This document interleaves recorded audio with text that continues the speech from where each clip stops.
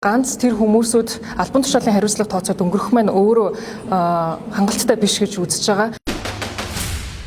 Энэ тухайн гэрээнүүд 500 гаруй тэрбум төгрөг туулын уртны зам барина гэдгээр ямар нэгэн гүйцэтгэл болон ямар нэгэн ажлын даалгавар байхгүйгээр тухайн гэрээ зурагдаад тэр мөнгө гарцсан байгаа. Тэгэхээр бид бүхэн тухайн гэрээнүүдийг ил тод харах зайлшгүй шаардлага байгаа. Энэхүү шаардлагыг бол Арчилсан намын зүгээс бол тавьсан. Өнөөдрийн хүртэл бол ямар нэгэн үр дүнд бол хүрээгүй байна. Тэгэхээр бид бүхний хувьд бол нэг даргаыг нөгөөгөр солих нь бол онц сонин асуудал биш. Яагаад гэвэл Монгол Ардын намаас томилогдож байгаа нэг дараагийн дарганд гарч ирэхдээ яг л адилхан бодлого ярьж байгаа.